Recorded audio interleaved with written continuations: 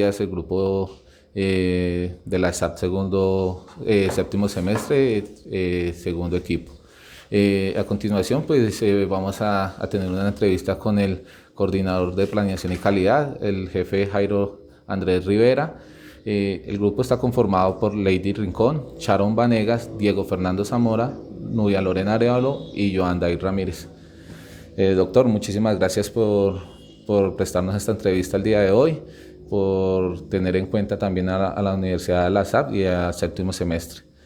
Pues doctor, primero que todo, pues quisiera que nos contara qué funciones cumple el coordinador de planeación y calidad. Bueno, muy buenos días y muy buenos días para la clase, porque me imagino que esto va a ser transmitido en clase, ¿cierto? Mi nombre es Jairo Rivera, yo soy coordinador de planeación y calidad. Dentro de mi formación básica es enfermero, graduado de la Universidad del Tolima. Tengo una especialización en auditoría y garantía de la calidad de servicios de salud de la Universidad de AN, una especialización en gerencia de proyectos con la Universidad del Tolima, y en este momento soy aspirante a maestría de administración de empresas de salud de la Universidad de AN también. Dentro de la institución, orgánicamente cumplo las funciones de coordinación de planeación y calidad.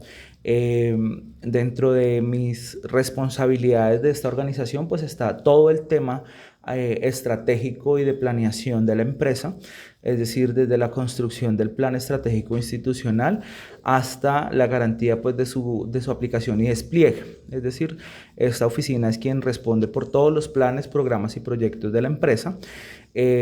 Adicionalmente a esto, pues todo el componente del sistema obligatorio de garantía de la calidad, todo el componente de mi PG y los demás sistemas de gestión de calidad de la empresa, gestión ambiental, gestión de seguridad y salud en el trabajo. Todos estos están bajo mi responsabilidad, con un equipo adicional, pues, que me ayuda en lo operativo a hacer el despliegue de todas estas estrategias de calidad para la empresa. Entonces eso es como, a grosso modo, las responsabilidades que tengo al interior de la empresa. Jefe, muchísimas gracias por este abrebocas de cómo funciona y desde qué fecha pues está funcionando ya el Hospital Regional Alfonso Jaramillo y sus especialidades que en este momento cuenta. La segunda pregunta es: en la Ley 100 de la Salud se establece un plan obligatorio de salud que divide a la población en dos grupos, contributivo y subsidiado. ¿Cómo es la prestación del servicio al régimen contributivo y al régimen subsidiado? Sí, la Ley 100 de 1993, digamos que fue un parteaguas en el sistema de salud colombiano, porque cambió la forma en cómo los prestadores, que somos nosotros, las IPS, y los aseguradores, que son las EPS, y la comunidad, que vienen siendo los afiliados al régimen, atendíamos, ¿cierto?, los servicios de salud. Eso ha venido en constante crecimiento. La Ley 100 de 1993 ha tenido muchas modificaciones, y eso ha tenido también una ventaja para la comunidad, porque el régimen subsidiado y el régimen contributivo empezaron siendo dos islas muy diferentes. El régimen subsidiado con muchas restricciones y el régimen contributivo tenía muchos más beneficios, pero digamos que también está sujeto a un tema de contribución y a través de los copagos y las cuotas moderadoras, y esa es como la principal diferencia entre el uno y el otro. El subsidiado tiene, digamos, lo que entre comillas, los servicios de salud cubiertos todos por el sistema, por el mismo sistema, es decir, por el gobierno, y ellos no hacen una contribución a la salud, en diferencia con los contributivos, quienes sí tienen que pagar. Tanto las empresas como los trabajadores deben hacer un aporte al sistema de seguridad, y adicionalmente tienen una denominación de compensación que lo llamamos nosotros cuotas moderadoras y copagos, que hace, digámoslo, que se haga una contribución adicional al sistema de salud, hablándolo en el término monetario, para soportar los servicios. Esa es como la principal diferencia que hay entre el uno y el otro. En el tema de cobertura, hoy día es diferente. Desde la Ley 1438 del 2011, esto ha venido haciendo una unificación de los planes obligatorios de salud, lo que antes llamábamos POS. Hoy día no se llama POS, hoy día se llama PBS, Plan de Beneficios en Salud. este plan de beneficios en salud para el régimen contributivo y para el régimen subsidiado hoy día son el mismo. Eso es un beneficio muy grande para toda la población porque ya no los tenemos que estratificar. Ya no le decimos, oh, usted como es del subsidiado no tiene derecho a esto, usted que es del contributivo sí tiene derecho a esto. Ya hoy día no se maneja esa brecha, sino que hoy régimen subsidiado y régimen contributivo tienen los mismos derechos con una contribución diferente. Es decir, los contributivos siguen pagando y los subsidiados pues no pagan por los servicios, a excepción de unas cosas muy pequeñas o del nivel del SISBEN en el que ellos se encuentren. Los del nivel SISBEN 1 no hacen ningún pago, ninguna clase de pago, nada de lo que ellos requieran en servicios de salud hacen pagos.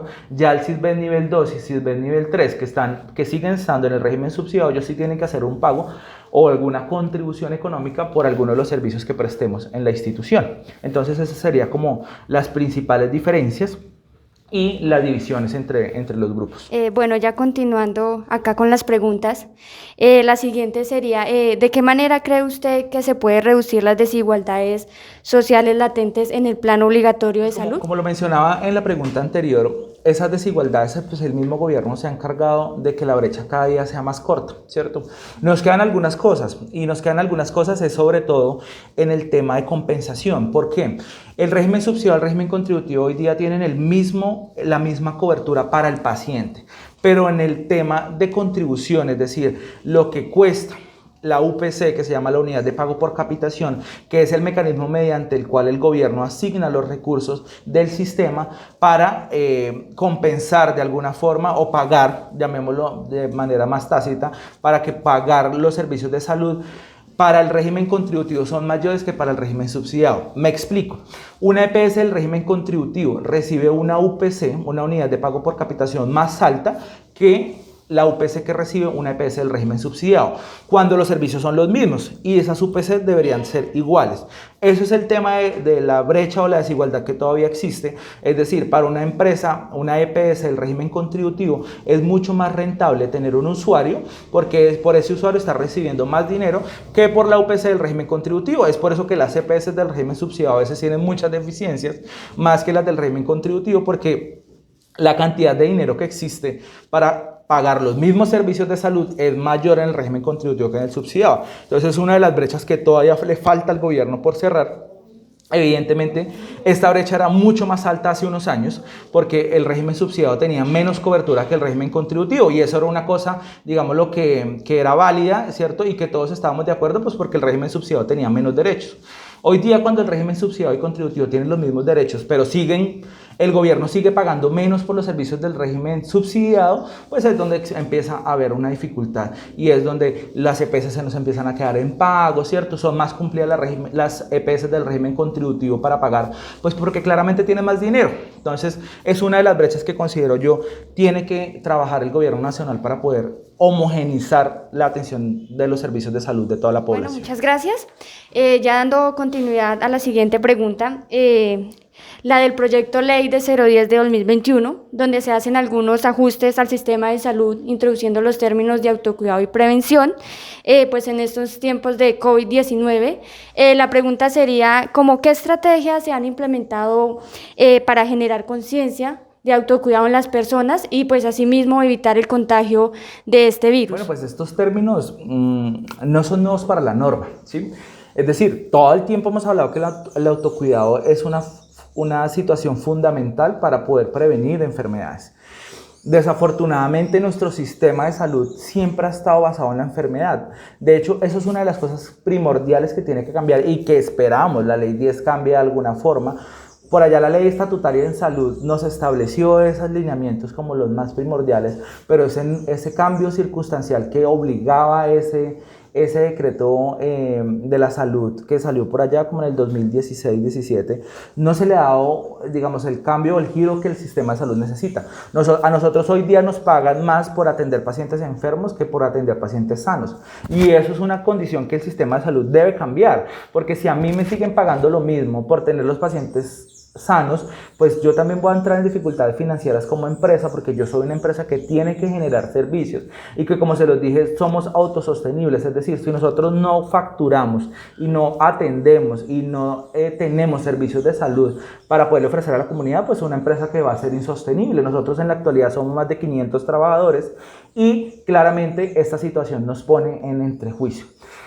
¿Qué ha hecho el hospital en la pandemia? De todo. Hemos hecho miles y una estrategias, algunas nos han funcionado, otras no. Pero en el tema de autocuidado pues hemos trabajado fuertemente en la educación a la comunidad. Desde nuestras salas de espera, dándole mucha más cabida a las redes sociales. Nosotros hoy día vivimos muy activos en redes sociales para tratar de comunicar también a la población de lo que pasa día a día en nuestra institución, de lo que es importante que ellos se comuniquen. Nosotros hoy día tenemos muchos programas radiales también. Próximamente vamos a tener programas en televisión local para seguir comunicando, porque eso es lo más importante. En el autocuidado hay dos cosas fundamentales. Una, que la información en salud se dé, es decir, que nosotros como actores del sistema y como responsables de la información en salud, pues nosotros la comuniquemos, ¿cierto? Y la otra parte, que es la más importante, es hacer conciencia en la gente en que el autocuidado es la única alternativa para mantenernos sanos. Es decir, si yo no me lavo los dientes todos los días, pues me van a dar caries. ¿Y la carie qué me va a hacer? Pues que tenga que venir al servicio de salud de odontología. Y las consultas de odontología viven llenas. ¿Por qué? Porque nuestro sistema de salud bucal es muy malo. Entonces, la gente no se lava los dientes, yo termino saturando un servicio de odontología para hacer caries y sacar dientes, ¿sí? Que ese no es el deber del asunto y eso forma parte del autocuidado. Si la gente fuera responsable con sus dientes, pues yo no tendría tanta consulta de odontología, sobre todo para el tema de exodoncias y obturaciones dentales. Entonces, una cosa tiene que ver muy de la mano con la otra y nuestras estrategias siguen fomentándose a eso, a darle más información a la comunidad, trabajar más. Nos falta mucho porque la articulación con los otros sectores está muy lenta. La pandemia también nos ha enlentecido muchísimo eso, pero pues hay que seguir buscando estrategias para poder dar esa información y que la gente sea consciente de que el autocuidado es la única forma de mantenernos sanos. Bueno, muchas gracias y pues sí, como usted lo dice, pues el autocuidado pues empieza por nosotros mismos, entonces sí es importante conocer todas estas estrategias que ha realizado el hospital. Básicamente, pues sí, este COVID-19 siempre es digamos, un virus latente, pero que se ha sabido afrontar acá en el hospital con las estrategias que han implementado. Muchas gracias. Bueno, para continuar con la siguiente pregunta, ¿con qué recursos cuenta actualmente el Hospital Regional del Líbano y en general cómo se administran estos recursos? ¿Listo? Bueno, pues en el tema de recursos, la empresa, como se los mencionaba, pues es autosostenible, es decir, los recursos, la fuente de financiación de la institución previene únicamente de lo que el hospital genera. Si el hospital no genera recursos, pues no genera servicios, perdón, no va a tener recursos. Entonces, eso es una condición muy importante de todas las empresas sociales del Estado. La Ley 100 de 1993 lo que nos hizo fue eso. Es decir, nos quitó el patriarcado que traíamos, es que el señor Estado nos daba todo, porque eso funcionaba en la Ley 10. El Estado le daba a todos los hospitales y los hospitales malgastaban o gastaban, o bien gastaban los recursos del sistema de salud en atención a sus pacientes, independientemente de su afiliación. Los hospitales públicos estábamos dedicados a ser hospitales de hospicio, es decir, aquí atendíamos todos los que no tenían plata y solo existía, digámoslo, un régimen contributivo que eran los seguros sociales y ellos ya manejaban su dinero directamente de las compensaciones que hacían las empresas y los trabajadores. Eso cambia con la Ley 100 y los recursos de esta institución pasan a ser eminentemente de la institución. Lo que el hospital genere, eso es con la plata con la que cuenta. ¿Cómo se administra? Ha sido una cosa bien difícil. Esta institución ha tenido dos crisis financieras grandes. Una en 2003 que lo obligó a hacer una reestructuración de sus servicios, es decir, salió muchísima gente que estaba en la planta, más del 50% de la planta del personal por allá en el 2003-2004, tuvo que ser liquidada porque la institución no tenía dinero para poder mantener su planta de personal. Aquí el capital más importante de trabajo es el capital humano. Nosotros somos más de 500 trabajadores en este momento. Yo llevo en esta institución 10 años, yo llegué muy jovencito a trabajar a esta empresa. y en los 10 años el incremento en la cantidad de trabajadores se ha duplicado. Es decir, en 2012 cuando yo ingresé nosotros éramos apenas 230, 240 trabajadores y hoy día somos más de 500. De hecho, conté para el 31 de diciembre del 2020 540 trabajadores. Dentro de los directos e indirectos, porque aquí pues trabajamos muchos y digamos que hay unos que trabajamos directamente con la prestación de servicios, quienes nosotros digamos que somos quienes administramos los recursos de la empresa y también una cantidad importante de personas que nos ayudan con todo lo que incluye tener servicios de salud, lavandería, mantenimiento, cocina, vigilancia, ¿cierto? Todos estos servicios adicionales pues también son un capital de trabajo importante que los llamamos indirectos porque no prestan servicios de salud, pero que son fundamentales para poder garantizar la operación de la empresa. Entonces, los recursos son finitos en el sentido en que nosotros evidentemente únicamente contamos con lo que hacemos y con lo que podemos recaudar, que son dos cosas diferentes. Yo puedo facturar una cosa y otra cosa es lo que las EPS me pagan. Las deudas en la institución, digamos, de parte de las EPS en este momento están por el orden y por encima de los 35.000 millones de pesos, es decir, y nuestro presupuesto pues es mucho, digamos, es mucho mayor que esa deuda, pero se acerca a ese valor. Muchas gracias, doctor. Entonces, en ese orden de ideas, ¿cuánto es el valor presupuestal del hospital? Bueno, para la vigencia 2021, el presupuesto aprobado por la Junta Directiva para esta vigencia fue del orden de los 49.000 millones de pesos. Esos 49.000 millones de pesos ya tienen una adición. El presupuesto de la empresa tiene una norma sobre la cual uno hace ese presupuesto y ese presupuesto se basa en la ejecución del año inmediatamente anterior con un promedio de los años anteriores. Para este año esos 49.000 millones de pesos se nos quedaron pequeños porque nosotros hicimos una reciente habilitación de los servicios de salud de unidad de cuidado intensivo y ese centro de costos a la unidad de cuidado intensivo genera un gasto grandísimo. Entonces el hospital tuvo que hacer una adición presupuestal en el mes anterior, en el mes de agosto, y se adicionaron otros 20.000 millones de pesos para poder culminar la operación de la empresa, ojalá 31 de diciembre. Esperamos no tener que adicionar más, pero como al comportamiento de los servicios de salud, evidentemente es muy posible que tengamos que adicionar mayor presupuesto porque se está generando más servicios de salud. La pandemia, aunque ha sido un tema duro, digámoslo, para todo el país y especialmente para el sector, pues eso también ha generado que la empresa genere mucha más facturación porque tenemos más pacientes, porque tenemos pacientes en unidad de cuidado intensivo y eso es una situación que genera más recursos. Asimismo, hay que invertir, ¿cierto? Porque genera mucho más gasto, más personal, más insumos, más medicamentos. Todo se duplica, pero pues eso también genera un rendimiento y una rentabilidad mayor para la empresa. Entonces, en ese orden de ideas, pues yo espero que el presupuesto de la empresa supere los 70.000 millones de pesos para el total de la vigencia 2021.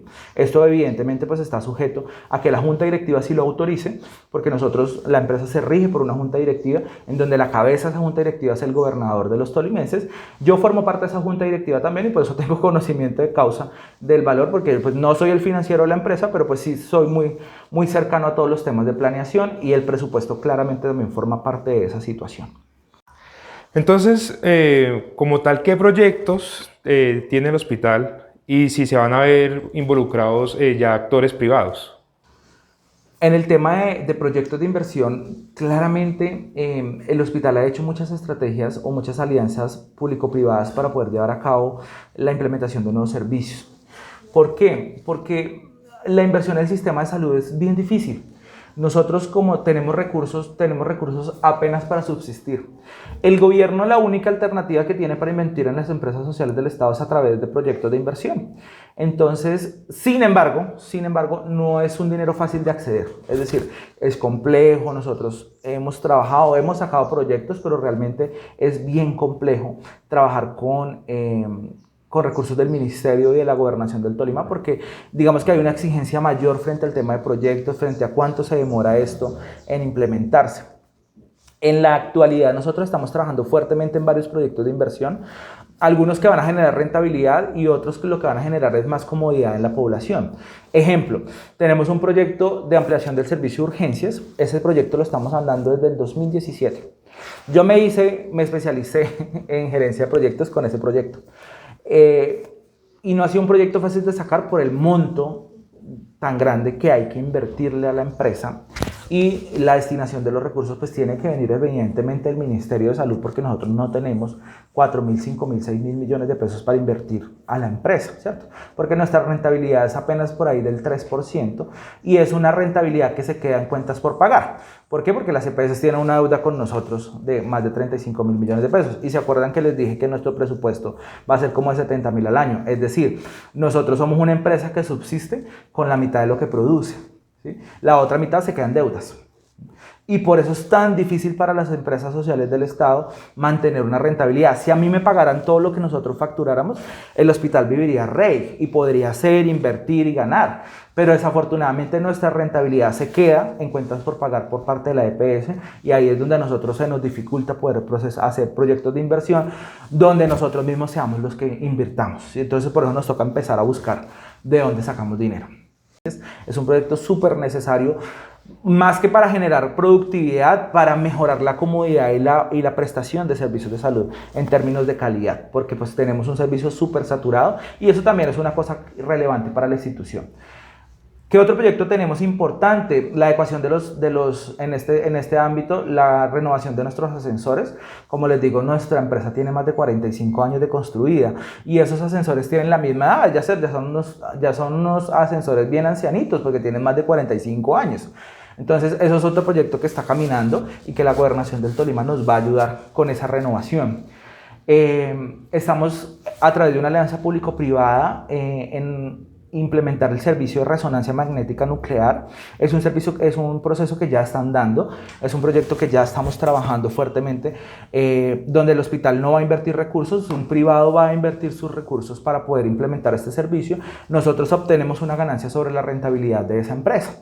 Entonces, eso es un servicio que nosotros tenemos, digámoslo, o estamos trabajando en este momento para la consecución. Claramente otra ambulancia, digamos que los recursos más sencillos para sacar en términos, digámoslo, sencillos, para conseguir recursos del ministerio en tema de ambulancia. Tenemos otra ambulancia ahí pendiente por adjudicar y un servicio de nefrología. También estamos pensando seriamente en un servicio de nefrología. El proyecto también ya está caminando y esperamos se pueda dar en los próximos meses la implementación de este servicio en donde podamos hacer terapia de reemplazo renal aquí en la institución, porque los pacientes renales en el municipio son muchos. Nosotros, uno de nuestros grandes problemas en salud pública es el tema de pacientes renales. Tenemos muchísimos, pero no tenemos unidad renal. Entonces, lo que queremos nosotros desde la institución es generar esa unidad y empezar con unas 4 unidades para hacer terapia de reemplazo renal, y que esto también le ayude a la comunidad a no tener que desplazarse hasta Honda o hasta Ibagué, que son donde están las unidades de renales más cercanas, para que pues eso también le ahorre costos, no solo a los pacientes, sino también al sistema, porque el sistema tiene que pagar por el transporte de estos pacientes hacia estas unidades. Entonces son como los proyectos que van caminando en este momento, digámoslo, con mayor firmeza. Tenemos otros proyectos a un mediano plazo que son más difíciles por el tema de la inversión, como es toda la renovación de nuestros quirófanos, porque nuestros quirófanos también tienen más de 45 años, ya son unos quirófanos que en infraestructura están muy viejitos, hemos cambiado equipos, nuestros equipos son de última tecnología, pero en la infraestructura, nuestra infraestructura es viejita, entonces estamos trabajando fuertemente para poder hacer renovación en esta infraestructura que ya evidentemente se nos ve deteriorada.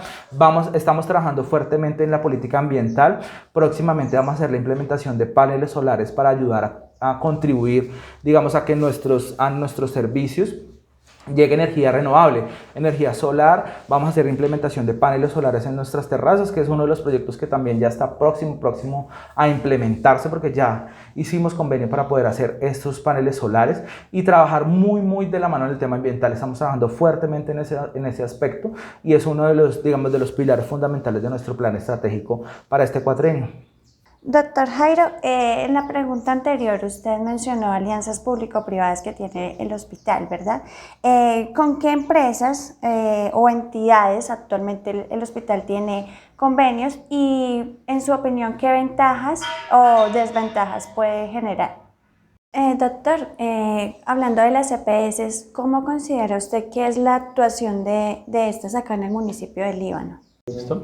En el tema de convenios, pues nosotros en la actualidad tenemos más o menos unos 4 aliados estratégicos del sector privado que han aportado mucho a la salud de esta población.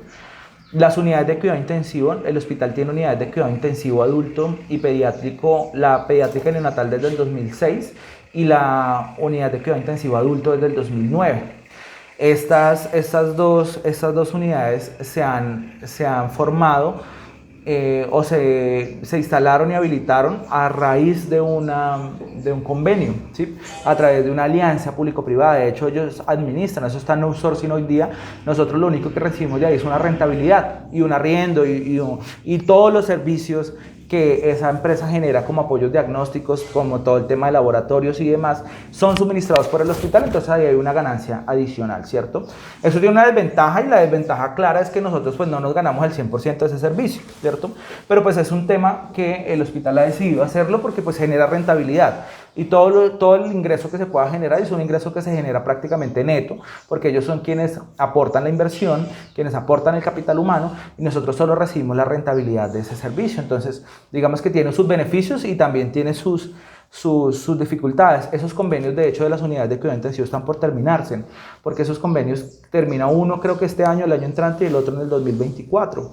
Entonces son servicios que están próximos a depender administrativamente de la institución y nos tenemos que preparar como empresa para recibir unos servicios que también generan ingresos, pero que también tienen que mantenerse de una manera importante y entonces van a consumir mayor capital, mayor presupuesto y el hospital tiene que estar preparado para asumirlos.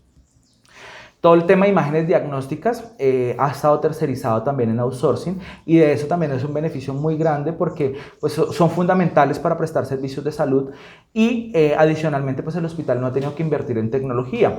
Un tomógrafo como el que nosotros tenemos en este momento fácilmente puede superar los 1.500, 2.000 millones de pesos y es una inversión que el hospital no podría realizar, ¿cierto? Esta alianza le da el beneficio en que el prestador es quien asume ese costo, ¿cierto? Y el hospital recibe, pues en beneficio, su imagen y también una rentabilidad por ese servicio. Es decir, de todo lo que se produce y se factura, el hospital recibe su beneficio y prácticamente es un beneficio económico neto porque pues nosotros no tenemos que hacer inversión. Entonces el beneficio de eso es que nosotros recibimos una inversión. Con una eficiencia, pues es que en el momento en que el convenio se termine, pues ellos se llevan los equipos, ¿cierto? Entonces eso es como la dificultad, pero afortunadamente son aliados estratégicos muy importantes con los que tenemos muy buenas relaciones y con los que esperamos esos convenios no se terminen, digamos, en la inmediatez para que poder garantizar la sostenibilidad y el mantenimiento de los servicios de salud que tanto necesita nuestra comunidad. Doctor, hablando de las EPS, ¿cómo considera usted que es la actuación de estas acá en el municipio de Líbano? Bueno, en el tema de convenios yo no mencioné las EPS porque realmente nosotros con ellos no tenemos convenios, tenemos son contratos. Las EPS en el sector salud, especialmente, pues se supone que ellos deberían promover la salud de los ciudadanos. Pero eso es una situación muy pasiva. Las EPS siempre actúan más como aseguradores y por eso yo siempre he dicho deben cambiarle los nombres de entidades promotoras a entidades aseguradoras, porque realmente ellos lo que hacen es garantizar el aseguramiento, nada más, ¿cierto? Ellos son un actor en este momento muy pasivo del sistema. Toda la carga prestacional y de asistencia en servicios de salud está pues a los hospitales, a las clínicas, a las IPS. Y entonces, en ese orden de ideas, desde mi punto de vista, cumplen solo una función de aseguramiento, pero muy poca de promoción de servicios de salud, que es el deber ser de una EPS. Entonces, ellos están dedicados únicamente a garantizar el acceso a los servicios, al tema de autorizaciones y a eso se limita, ¿sí?